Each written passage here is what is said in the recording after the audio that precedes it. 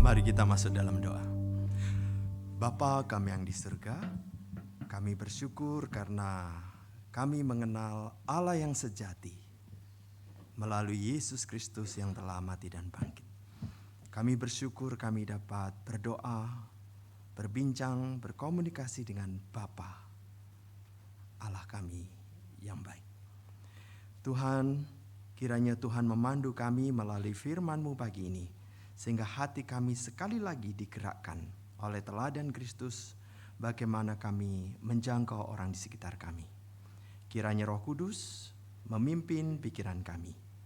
Di dalam nama Tuhan Yesus kami berdoa. Amin. Silakan duduk. Shalom. Ini adalah kali pertama saya berada di GKY Karawaci. Sekalipun di GKY lain saya sudah pernah berkhotbah. Itu sebabnya saya pikir 2 slide pertama untuk perkenalan, ya. Sebentar ya.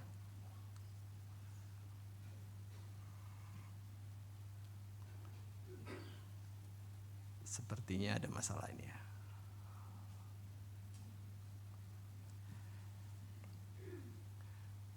Oke, ini adalah foto keluarga kami. Kami sekarang tinggal di daerah Regensi Melati Mas. Istri saya Eliana, anak saya Karisa, ya. Kami pacaran 5 tahun, kemudian menikah sudah sekitar 20 tahun lebih pernikahan kami. Kami sama-sama melayani di ladang penginjilan, ya.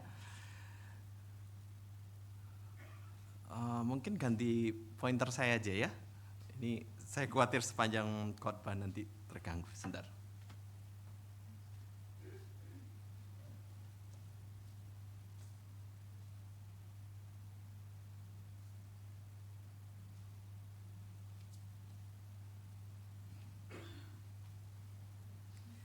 Bapak Ibu, ini adalah hobi saya. Mungkin ada hobinya sama dengan saya ya. Saya suka berenang, basket, camping, fotografi, dan selama pandemi bertambah satu hobi lagi, bersepeda ya. Siapa tahu kapan-kapan kita bisa bersepeda bersama.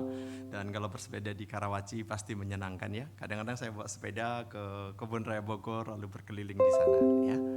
Nah Bapak Ibu, saya adalah perintis dari Gospel Academy yang mengadakan pelatihan penginjilan dari Sumatera hingga Papua. Dan kami sudah melatih dari sejak tahun 1997. Hari ini kesempatan kita belajar bagaimanakah penginjilan ya. Nah Bapak Ibu, mari kita melihat di dalam Yohanes 4 ayat 3-7. Yohanes 4 ayatnya panjang sekali, tetapi kita tidak langsung membaca semuanya, kita membaca beberapa ayat saja. Saya ayat yang ganjil, Bapak Ibu ayat yang genap ya. Demikian. Ia pun meninggalkan Yudea dan kembali lagi ke Galilea. Bersama, ia harus melintasi daerah Samaria. Maka sampailah ia ke sebuah kota di Samaria yang bernama Sikhar, dekat tanah yang diberikan Yakub dahulu kepada anaknya Yusuf. Di situ terdapat sumur Yakub. Yesus sangat letih oleh perjalanan, karena itu ia duduk di pinggir sumur itu. Hari kira-kira pukul 12. Maka datanglah seorang perempuan Samaria hendak menimba air. Kata Yesus kepadanya, "Berilah aku minum." Tahun 2017 di Amerika ada peristiwa mengagetkan. Nah Bapak Ibu mungkin pernah tahu lukisan ini ya. Lukisan ini didisplay untuk dilelang, dan pada waktu lelang terjadi persaingan ketat akan laku berapa. Sebelum lelang lukisan ini, saya pernah mengunjungi Paris dan Amsterdam. Di sana ada museum-museum lukisan, dan lukisan yang bagus termasuk lukisan Van Gogh. Itu ukurannya kecil tapi harganya 52 miliar kalau dikonvers ke rupiah. Jadi saya bertanya-tanya, lukisan ini dilukis abad 15 oleh Leonardo da Vinci, kira-kira akan laku berapa? Anda bisa bayangkan tawaran 100 miliar, 200 miliar, 300 miliar, 400 miliar, 500 miliar, 900 miliar, 1 triliun, 2 triliun, 3 triliun. Waduh, sudah bisa bayangkan ya. Peserta lelang makin sedikit, dan pada akhirnya laku 6,4 triliun. Jadi Anda bisa bayangkan lukisan itu harganya lebih mahal dari mungkin seluruh komplek areal UPH termasuk gedung Dynaplus ini. Nah saudara-saudara, jikalau lukisannya pun sudah begitu mahal, Anda bisa bayangkan yang dilukis betapa berharganya. Salvator Mundi, itu artinya juru selamat dunia. Nah saudara, topik mengenai Kristus memang selalu menggetarkan hati orang. Lukisannya menjadi berita. Kelahirannya luar biasa. Hidupnya luar biasa. Pelayanannya luar biasa. Perkataannya luar biasa. Kematiannya luar biasa. Kebangkitannya luar biasa. Kenaikannya luar biasa. Posisinya sekarang luar biasa. Ini pribadi yang hebat sekali. Sehingga ketika kita merenungkan Tuhan Yesus, tidak habis-habisnya kita kagum. Nah saudara-saudara, semakin kita menghayati siapa dia, semakin kita akan berusaha dan terdorong bagaimana ya memberitakan orang ini kepada orang lain. Supaya mereka juga sadar hebatnya tokoh ini. Nah saudara-saudara, Tuhan Yesus juga memberikan teladan bagaimana bersaksi. Nah di dalam beberapa pelajaran hari ini kita akan mengerti bagaimana prinsip-prinsip di dalam kesaksian Tuhan Yesus yang bisa kita serap untuk menjadi pedoman di dalam kita bersaksi. Nah saudara-saudara, kita akan melihat beberapa ini satu persatu ya. Mari kita melihat dari Yohanes 4 ayat keempat. Ini adalah prinsip pertama yang bisa kita camkan untuk menjadi panduan kita. Di sana dikatakan, ia harus melintasi daerah Samaria. Prinsip apakah yang kita dapatkan di sini? Prinsip Tuhan Yesus mengambil inisiatif. Saudara-saudara mungkin bertanya-tanya ya, Samaria itu di mana ya? Kami sudah mendengar di beberapa kali khotbah tentang Samaria, juga tentang perempuan Samaria. Di mana lokasinya? Saudara-saudara, kalau Anda perhatikan peta, itu adalah Danau Galilea. Lalu di bawah itu adalah Laut Mati. Danau Galilea mengalir ke Laut Mati menggunakan Sungai Yordan. Nah, saudara-saudara, lalu di sebelah kiri itu adalah kota Yerusalem yang merupakan ibu kota dari kerajaan Israel pada waktu itu. Nah, saudara-saudara, Samaria di mana? Samaria di sebelah sini. Itu adalah Sikar, Sumur Yakub, dan Samaria. Dan di Sumur Yakub itulah terjadi perbincangan ini. Nah, saudara kalau perhatikan di situ ada titik-titik hijau yang melintasi Sungai Yordan. Itu adalah rute biasanya orang yang Yahudi dari Yerusalem menuju ke Galilea. Loh Pak, kok pakai menyimpang lalu melintasi Galilea? Lalu ke utara, kan lebih dekat lewat Samaria. Benar, tetapi mereka tidak mau lewat Samaria. Karena orang Samaria itu dianggap orang campuran. Bukan murni orang Yahudi. Mereka orang Yahudi yang dulu sudah menikah dengan orang-orang Asyur, sehingga menjadi orang campuran, mereka tidak sudi bergaul dengan orang Samaria. Dianggap etnisnya lebih rendah. Lalu, karena orang Samaria dipisahkan, diperlakukan berbeda. Orang Samaria tidak bisa ke Yerusalem untuk beribadah. Jadi mereka cari cara sendiri untuk beribadah. Nah saudara-saudara, tadi dikatakan Tuhan Yesus harus melintasi Samaria. Berarti dia lewat titik-titik merah itu. Nah saudara-saudara, murid-murid Tuhan Yesus tidak peduli apa yang terjadi di Samaria. Jikalau mereka harus ke Galilea, lewat saja jalur hijau. Apakah orang Samaria lagi kelaparan? Mereka tidak peduli. Apakah orang Samaria lagi persoalan? Mereka tidak peduli. Apakah mereka ada pergumulan? Mereka tidak peduli. Jadi mereka akan pilih lewat jalur hijau. Tetapi karena Tuhan Yesus pemimpin, Tuhan Yesus mengatakan harus lewat Samaria, maka mereka terpaksa ikut. Nah saudara-saudara, di sini kita melihat satu prinsip. Tuhan Yesus mengambil inisiatif. Jikalau Tuhan Yesus tidak berinisiatif untuk melintasi Samaria, sampai kapanpun murid-murid tidak akan mau ke Samaria. Sekalipun di sana begitu memerlukan berita tentang Kristus. Sekalipun mereka begitu perlu pertolongan dari Tuhan. Nah saudara, ini menjadi prinsip penting bagi kita untuk kita melakukan inisiatif. Saudara kalau perhatikan, Itu memang suatu lukisan yang dibuat beberapa abad yang lalu. Tuhan Yesus berbincang-bincang dengan perempuan Samaria dan murid-muridnya baru datang. Mereka datang dari mana? Cari makan.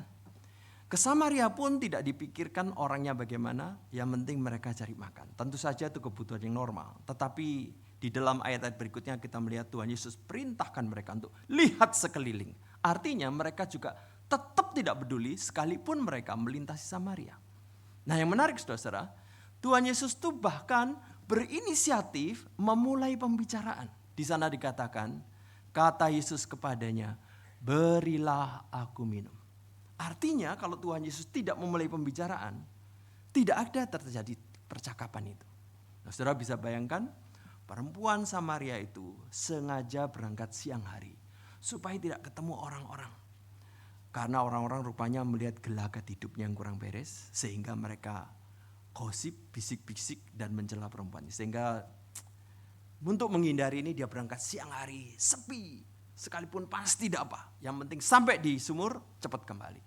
Di sana dia kaget, dari jauh ada pria di dekat sumur. Aduh, itu mengganggu hatinya. Tapi ya sudahlah, yang penting dia cepat-cepat ambil air. Waktu mendekat dia kaget lagi. Pria ini ternyata Yahudi. Kemungkinan dia akan dihina lagi, diejek lagi. Belum lagi kalau Yahudi ini tahu profesi dia. Jadi cepat-cepat ambil air rencana dia dan dia akan pergi. Dia tidak mungkin memulai pembicaraan. Nah, di dalam situasi ini Tuhan Yesus berkata, berilah aku minum. Nah saudara, ini menjadi prinsip penting di dalam hidup pelayanan kita. Mari kita berinisiatif. Mari kita mengambil inisiatif untuk menjangkau. Saudara-saudara, kita mulai berpikir, Pak kalau saya harus berinisiatif, bagaimana ya Pak? Nah saudara-saudara, Tuhan Yesus adalah satu-satunya orang peduli terhadap perempuan Samaria di dalam kelompok Tuhan Yesus dan murid-muridnya. Yang Tuhan Yesus pikirkan, mungkin perempuan ini sudah mengalami pergumulan bertahun-tahun, mungkin mengalami krisis bertahun-tahun, mungkin tidak ada yang melayani dia, maka dia harus melintasi Samaria untuk melayani mereka. Apakah yang perlu kita pelajari di sini saudara? Orang-orang di sekitar kita itu mengalami krisis. Nah di saat mereka mengalami krisis itulah saat yang tepat untuk kita mendatangi, mengunjungi, visitasi, dan mereka menyadari ada orang yang peduli pada aku, yaitu Anda yang mengunjungi mereka. Jadi saudara, prinsip ini tetap berlaku sampai hari ini. Jikalau prinsip ini tidak kita kenakan di dalam benak kita, orang-orang dalam pergumulan, orang-orang dalam kesulitan, orang-orang dalam masalah, kita tidak gubris, padahal saat krisis mereka bisa merupakan kesempatan besar bagi kita untuk bertemu, bercakap, berbincang, sekalipun kita belum sampai pemberitaan Injil. Jadi saudara, mengambil inisiatif merupakan langkah penting. Saya ingat istri saya mengunjungi rumah sakit secara random. Waktu itu belum ada gerakan penginjilan terhadap kunjungan rumah sakit di berbagai gereja. Dia mengunjungi rumah sakit, salah satunya rumah sakit Sumber Waras. Waktu itu kantor saya masih di area Roxy Mas. Kunjungi di sana, mendoakan, dan salah satu di antara pasien yang kunjungi tersebut merasa tersentuh. Kok ada orang mau peduli jauh-jauh datang dari area lain ke Sumber Waras di daerah Grogol untuk mendoakan. Sekedar didoakan. Tetapi kemudian saudara, setelah dia sembuh, dia hubungi istri saya. Silahkan datang ke rumah. Waktu istri saya datang, kaget. Ternyata rumahnya tuh besar, dijaga security, dijaga anjing, yang jikalau belum kenal tidak akan mungkin bisa diterima. Nah kemudian karena sudah appointment, istri saya bisa masuk. Dan terjadi perbincangan akrab karena dia tahu ini orang yang peduli pada saya. Orang perhatian pada saya sakit. Hari di mana istri mengunjungi, hari itu penginjilan berlangsung. Jadi saudara, saat krisis, siapapun di antara kita, orang-orang sekitar kita, ada krisis-krisis tertentu. Itu adalah kesempatan bagi kita menjangkau mereka. Saudara, di masa COVID yang lalu, itu adalah kesempatan untuk menjangkau. Beberapa orang saya latih untuk penginjilan di dalam ministry institute. Mereka kemudian melihat orang-orang dalam ketakutan, kecemasan. Mereka perlu orang untuk bicara, perlu orang untuk berkomunikasi. Beberapa orang yang saya latih mengunjungi mereka dan memberitakan tentang Kristus kepada mereka. Saat krisis orang lain, mari kita datang. Mari kita mengambil inisiatif. Mari kita melihat prinsip yang kedua. Prinsip yang kedua di dalam Yohanes 4 ayat 10. Saya akan bacakan. Jawab Yesus kepadanya, "Jikalau engkau tahu tentang karunia Allah, dan siapakah dia yang berkata kepadamu, berilah aku minum, niscaya engkau telah meminta kepadanya, dan ia telah memberikan kepadamu air hidup." Air hidup. Menjelaskannya bagaimana? Tetapi ada prinsip kedua sini. Tuhan Yesus menggugah keingintahuan. Saudara, saya coba searching. Air hidup kalau di Google munculnya apa? Ternyata munculnya begini. Aduh, segar ya.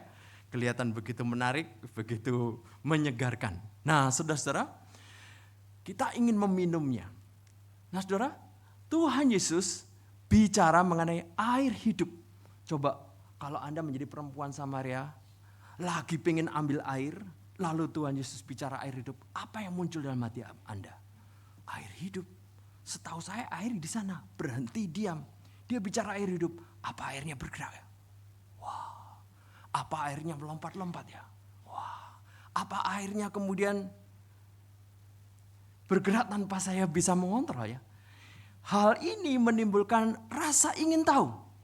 Jadi Tuhan Yesus waktu bicara sesuatu, dia memunculkan sesuatu yang menggugah hati orang tersebut untuk rasa ingin tahu.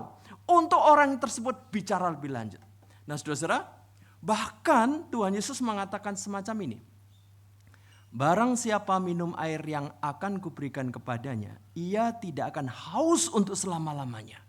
Sebaliknya, air yang akan kuberikan kepadanya akan menjadi mata air di dalam dirinya, yang terus-menerus memancar sampai kepada hidup yang kekal. Perempuan itu terganggu setiap siang karena harus ambil air. Sekarang ada orang bicara tentang air hidup, air yang akan membuat dia tidak haus lama-lamanya, air yang akan terus ada dalam dirinya, bahkan membuat mata air. Anda bisa bayangkan dalam benaknya, aduh, ini suatu air yang luar biasa yang belum pernah saya dengar. Jadi kalau semula dia menghindari, kamu orang Yahudi kenapa bicara pada saya? Kamu tidak punya timba, kenapa minta tolong kepada saya? Sekarang mendengar kalimat dari Tuhan Yesus, dia tergugah rasa ingin tahunya. Berilah aku air itu, berilah aku air itu. Dia yang tadi menolak untuk bicara, menghindari untuk bicara, karena digugah rasa ingin tahu, dia pingin Tuhan Yesus bicara lebih lanjut. Nah, saudara, prinsip ini perlu kita gunakan di dalam kita berinteraksi dengan orang lain. Tuhan Yesus bukan sekedar mengada-ada bicara air hidup. Karena di dalam kitab Perjanjian Lama sebenarnya pernah diungkapkan, Aku Tuhan sumber air yang hidup. Jadi frase itu ada dalam Perjanjian Lama. Tuhan Yesus kutip karena sangat berkaitan dengan perempuan itu yang lagi orientasi dengan air. Jadi wanita itu lagi krisis, lagi butuh air. Sekarang Tuhan Yesus bicara soal air. Betapa relevannya, betapa menggugah rasa ingin tahunya. Dan salah satu karakter manusia adalah rasa ingin tahu. Jikalau kita bisa menggugah itu, pembicaraan akan berlangsung dengan baik. Dan sebenarnya Tuhan Yesus sudah menjelaskan kepada pembaca di dalam ayat 38 pasal 7. Barang siapa percaya kepadaku, seperti yang dikatakan oleh kitab suci, dari dalam hatinya akan mengalir aliran-aliran air hidup. Siapa itu? Ketika kita menerima Kristus, Roh Kudus diberikan. Roh Kudus itu bisa memberikan kesegaran-kesegaran yang akan memimpin hidup kita. Nah, saudara, mungkin Anda bertanya, Pak, kalau Bapak sendiri misalnya Anda bicara dengan mahasiswa, Anda bicara apa? Saya bicara apa yang menarik perhatian mereka, yang menggugah rasa ingin tahu mereka. Dari survei ini kita melihat apa yang menjadi perhatian mereka terbesar. Pekerjaan atau studi. Nah, Itu yang ada dalam pikiran mereka. Sehingga kalau bicara dengan mereka, sekarang ada ya pekerjaan yang luar biasa yang dulu gak pernah ada. Wah, pekerjaan apa Pak? Mereka tertarik ingin bicara. Sekarang ada beasiswa menarik untuk studi luar negeri. Di mana Pak? Hal-hal yang menjadi orientasi mereka, hal-hal yang menggugah rasa ingin tahu mereka, kita bisa sampaikan kepada mereka. Mungkin kita juga berpikir, Pak, pemahaman saya tentang hal itu kurang. Lalu apa yang perlu saya sampaikan Pak supaya menggugah rasa ingin tahu? Nah Bapak Ibu, saya ingin menunjukkan salah satu cara yang sering saya pakai di dalam berinteraksi dengan orang. Dan itu efektif sekali di dalam menggugah rasa ingin tahu. Nah saudara kalau perhatikan kolom kiri itu hal negatif. Kolom yang kanan adalah hal positif. Sebagai orang Kristen ada hal positif yang kita alami. Dan hal positif yang kita alami itu bisa kita ceritakan untuk menggugah orang tentang hal yang kita miliki yang mungkin dia tidak miliki.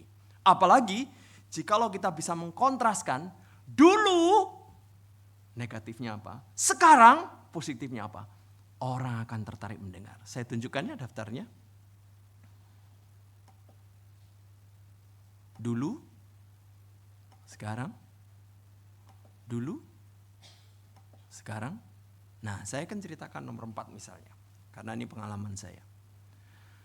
Sewaktu paman saya meninggal, lalu dimasukkan peti ditutup, membayangkan saya dalam peti, tidak bisa bergerak sekalipun sudah meninggal. Itu menakutkan sekali. Lalu saya ke pekuburan, melihat peti itu dimasukkan ke liang lahat. Lalu tanah ditimbun, menjadi gundukan. Membayangkan saya di dalam peti, suasana lembab, di tengah malam, gelap. Menakutkan saya. Kematian menakutkan saya. Tetapi setelah saya menerima hidup kekal di dalam Kristus, kematian tidak menakutkan saya. Saya ingat pada waktu tahun 92 menyeberang di Mampang, mobil meluncur dari arah kanan, cepat sekali. Pada itu lampu kuning. Kuning kalau menuju merah harusnya mobil berhenti. Tapi di Jakarta rupanya beda dengan kota asal saya Malang ya. Kuning menjelang merah. Oh, ini adalah detik-detik terakhir, malah mereka meluncur cepat sekali. Nah, di luar dugaan saya, mobil itu meluncur lebih cepat. Beberapa detik akan menabrak saya. Beberapa detik sebelum menabrak, heran sekali. Tuhan memberikan ketenangan dalam hati saya. Tuhan, kalau sekarang waktunya, saya siap. Terjadi tubrukan, saya tergeletak, pingsan, tanpa saya tahu, rupanya saat tubrukan tersebut, entah bagaimana saya bisa menarik diri, kaca mobil depan pecah, saya tergeletak, tidak ada luka sama sekali. Bangun, bahkan bohlam lampu yang saya beli jatuh ke aspal, tidak pecah. Jadi saya kemudian pulang dengan tidak terjadi apa-apa. Tetapi peristiwa itu meyakinkan saya, ketenangan itu ada. Karena saya yakin saya sudah memiliki hidup kekal. Kematian tidak menakutkan saya lagi. Nah saudara, cerita ini pendek, singkat. Waktu saya sampaikan kepada manajer senior Bank Niaga, Safril Hadi, seorang muslim. Apa yang terjadi? Loh, Pak kok bisa ya? Dulu Bapak takut mati, sekarang tidak takut mati. Cerita lagi dong Pak, terus Pak. Dia yang minta. Karena tergugah rasa ingin tahunya, saya ceritakan Injil. Hari itu dia menerima Kristus. Jadi saudara, di dalam hidup kita ada peristiwa yang kita bisa ceritakan dan menggugah rasa ingin tahunya. Saya tunjukkan daftar ini ya. Sehingga Anda bisa membandingkan hal kiri apa yang pernah Anda alami. Hal kanan apa yang Anda miliki.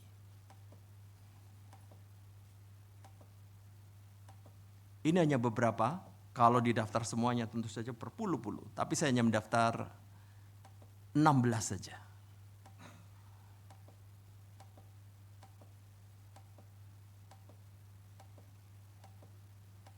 Nah saudara, di dalam Lokakarya pelatihan penginjilan, Anda bisa menuliskan dan ada panduan atau tuntunan menolong Anda menuliskan. Lalu tulisan itu Anda bisa sampaikan kepada orang-orang sekitar Anda. Dan Anda mendengar tadi kesaksian saya tersebut, itu sudah saya sampaikan ratusan kali.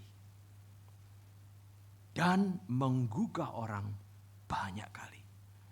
dan membuat orang rasa ingin tahu. Sehingga kalaupun orang itu merekam, tidak ada indikasi kristenisasi. Karena dia sendiri yang minta saya cerita.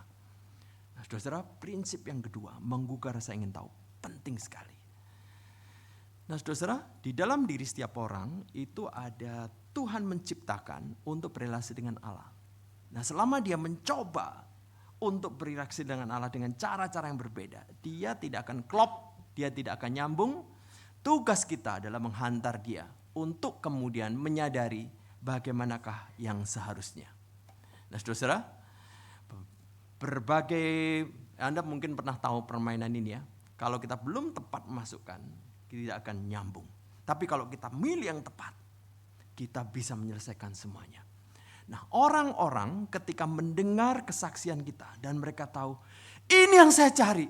Saya dulu begitu emosional, saya perlu pengendalian diri. Istri saya seorang yang tidak tahu makna hidup dulu. Tapi setelah tahu makna hidup, dia membuat testimoni bagaimana tidak ada makna hidup sampai ada makna hidup. Tidak ada sahabat menjadi ada sahabat. Setiap orang punya kesaksian pengalaman sendiri dan itu kalau Anda ceritakan karena pengalaman Anda sendiri, Anda sangat menjiwai. Itu sebabnya Anda bisa bayangkan kalau setiap orang membuat testimoninya, setiap orang diberi kesempatan bicara, Anda bisa bayangkan. Kita semua akan buka telinga karena pingin sekali dengar dari testimoni rekan-rekan kita. Ya.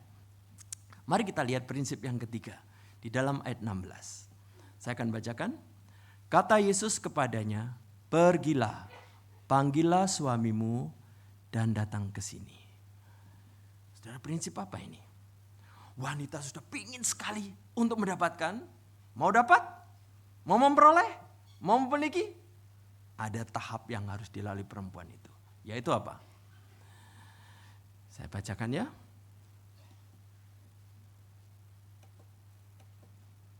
Nanti saya baca lagi bagian ini ya.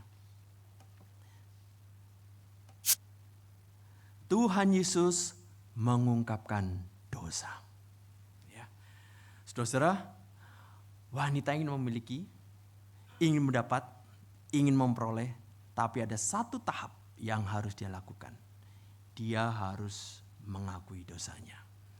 Saudara, kalau perhatikan lukisan ini, perempuan ini sepertinya tidak ada masalah.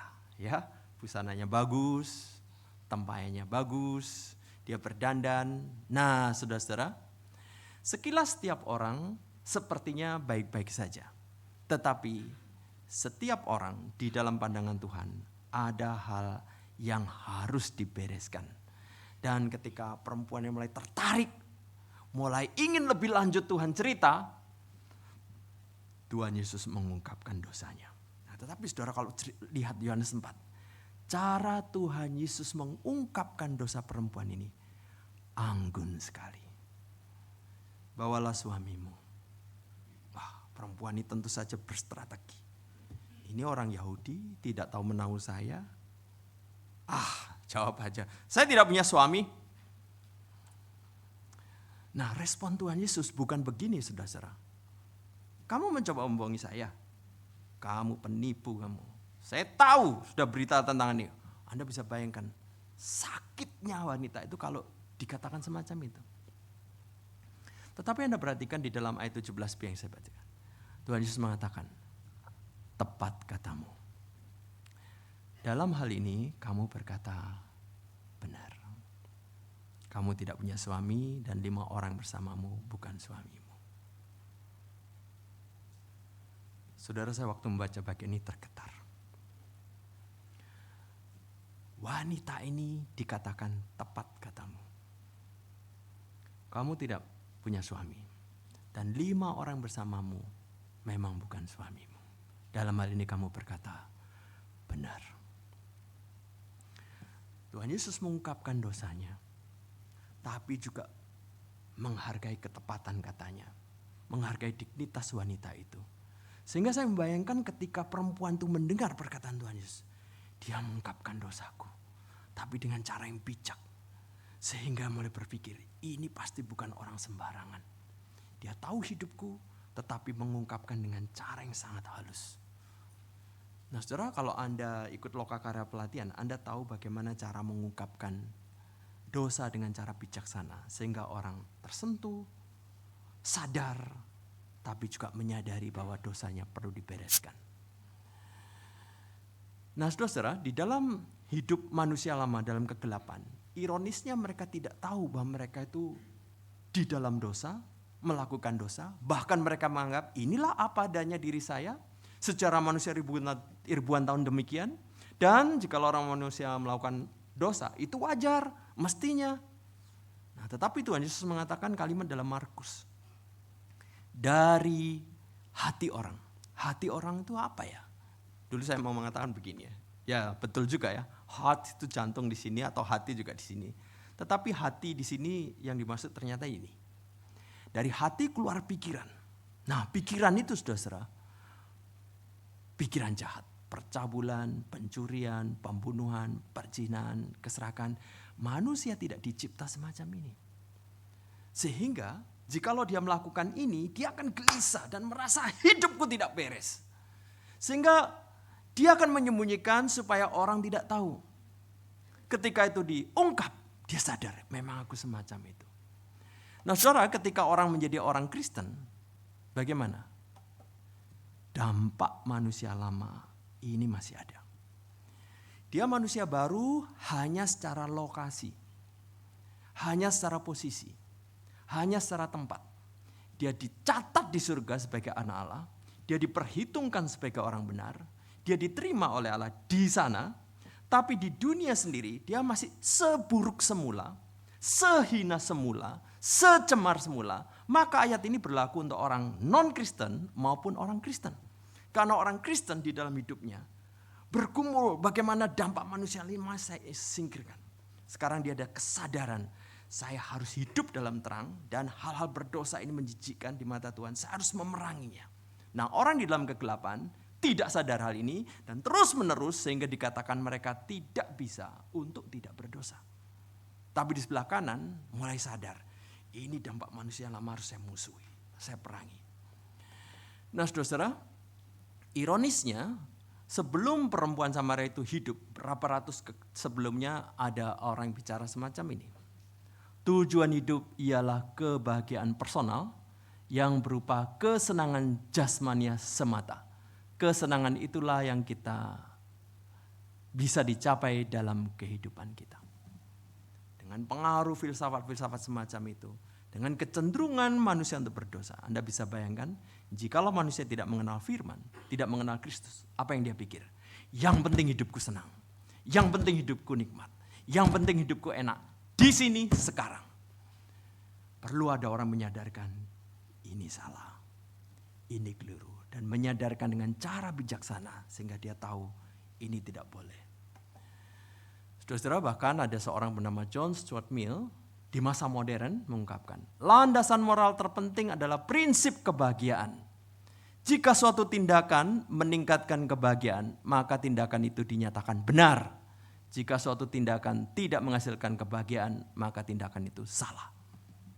Anda jelas tahu. Ini adalah prinsip yang salah. Coba saudara-saudara, kalau semuanya harus senang, maka COVID, oh enggak bisa, saya enggak mau disuntik. Itu hal yang tidak membahagiakan. Saya tidak mau. Kadang-kadang penderitaan perlu. Aduh sakit, bahkan ada orang teriak sebelum disuntik.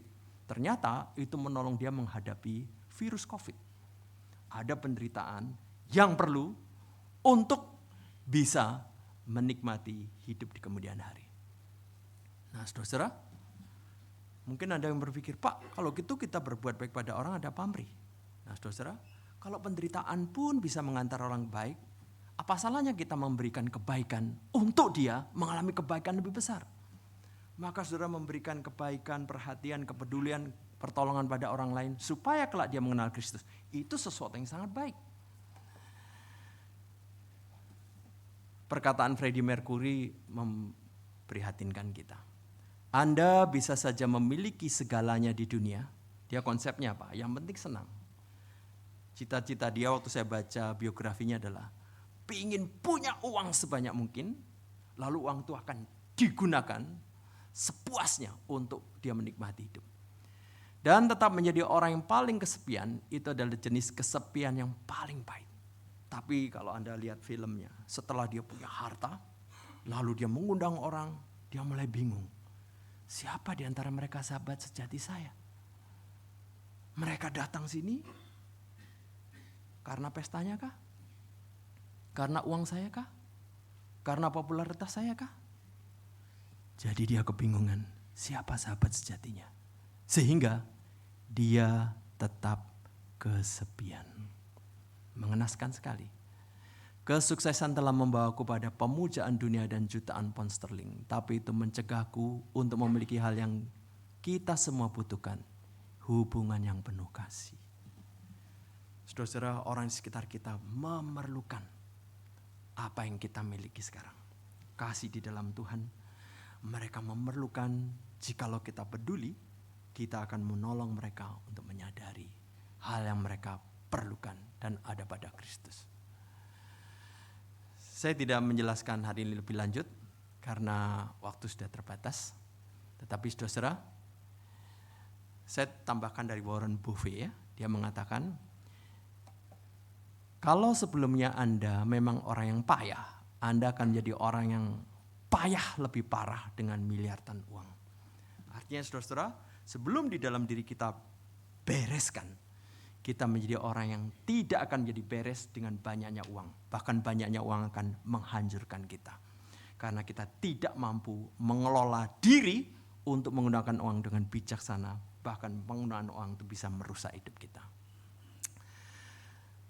Mari kita baca ayat ini bersama-sama. 1, 2, 3. Mari lihat, di sana ada seorang yang mengatakan kepadaku segala sesuatu yang telah kuperbuat. Nah saudara, saya akan langsung pada yang terakhir. Kata Yesus kepadanya, akulah dia yang sedang berkata-kata dengan engkau. Prinsip apa ini? Tuhan Yesus menyatakan dirinya. Nah saudara, saya dulu pernah didorong untuk memberitakan Injil waktu di gereja saya di Kota Malang. Tapi tidak pernah diberi pengertian. Injil yang harus saya beritakan itu yang mana? Dan saya memberikan pelatihan di banyak gereja, ternyata mereka juga tidak tahu apa yang dimaksud dengan Injil. Itu sebabnya di awal pelatihan saya selalu tanya, menurut Anda Injil itu apa? Jawabannya macam-macam. Firman Tuhan, cerita Alkitab, Matius, Markus, Lukas, Yohanes, dan sebagainya. Nah, Paulus menjelaskan Injil itu apa? Anda bisa perhatikan di sini, sangat penting telah aku sampaikan kepadamu. Nah, saudara perhatikan bagian yang saya ringkas ini. Nah, yang dicetak kuning. Jadi kalau diringkas kembali semacam ini. Kristus telah mati karena dosa-dosa kita, ia telah dibangkitkan pada hari yang ketiga. Inilah berita Injil. Jikalau kita belum menyampaikan ini, kita belum memberitakan Injil. Tetapi kita bisa berpartisipasi di dalam mempersiapkan orang lain mendengar Injil. Seperti misalnya mengajak mereka datang, lalu ada orang lain menyampaikan Injil. Orang tersebut menyampaikan Injil yang berisi Kristus telah mati dan bangkit.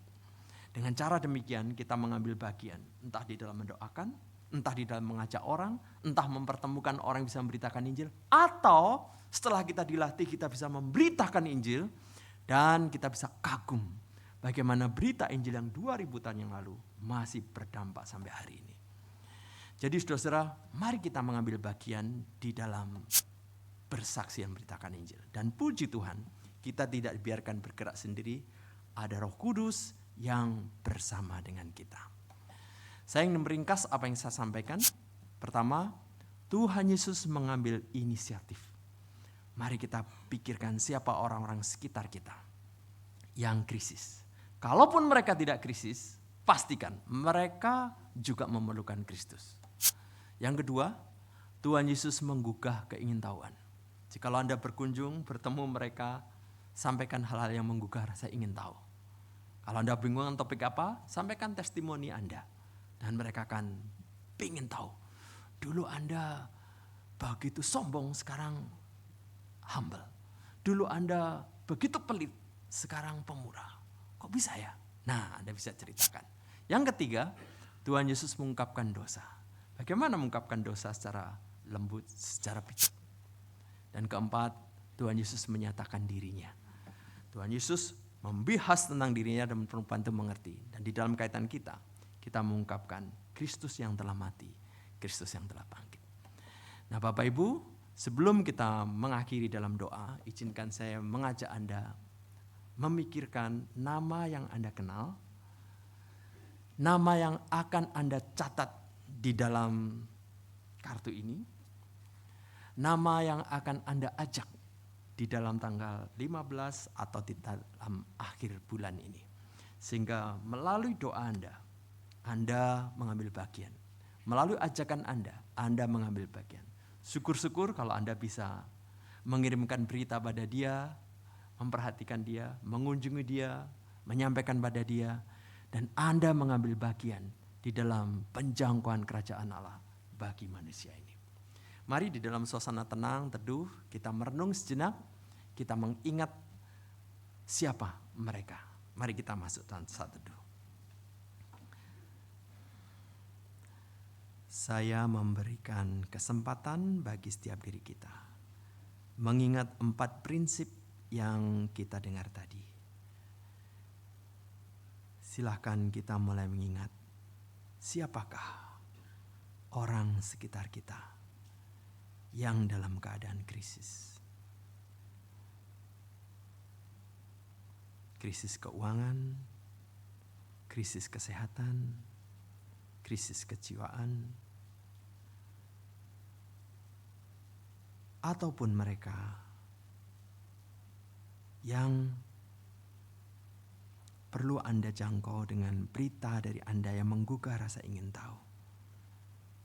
Anda sampaikan testimoni hidup Anda. Siapakah orang sekitar Anda yang perlu mendengar?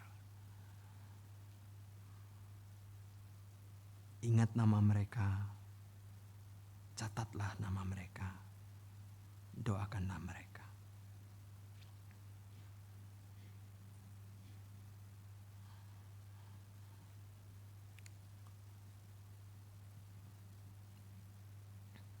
Mari kita masuk dalam doa. Bapa kami yang di surga, terima kasih Tuhan telah menjangkau kami di masa lalu, sehingga kami sekarang memiliki status sebagai anak Allah melalui Kristus yang mati dan bangkit. Jikalau tidak ada Kristus, kami terhilang, kami tersesat, kami tidak tahu berada di mana saat ini. Tuhan, banyak orang sekitar kami yang belum mengenal Tuhan. Mereka bergumul sendiri. Tolong kami datang saat krisis, sehingga mereka bersyukur pada Tuhan karena kehadiran kami. Tolong kami menyampaikan hal-hal yang membuat mereka rasa ingin tahu, sehingga kami juga bisa mengajak mereka ke tempat ini saat kalau ada KKR. Kami mendoakan orang-orang sekitar kami, ya Tuhan. Jangankan mereka, kami sebagai anak Tuhan pun dalam pergumulan menyelesaikan dampak manusia lama. Apalagi mereka. Kami semua dicipta sesuai keberadaan Allah yang kudus. Tuhan, tolong kami untuk mengenali keberadaan mereka. Mampukan kami, ya Tuhan, untuk mengasihi mereka, menjangkau mereka. Dan kiranya ketika hari itu tiba, mereka mendengar Injil, kami boleh takjub oleh karya-Mu yang ajaib. Di dalam nama Tuhan Yesus kami berdoa. Amin. Saya serahkan.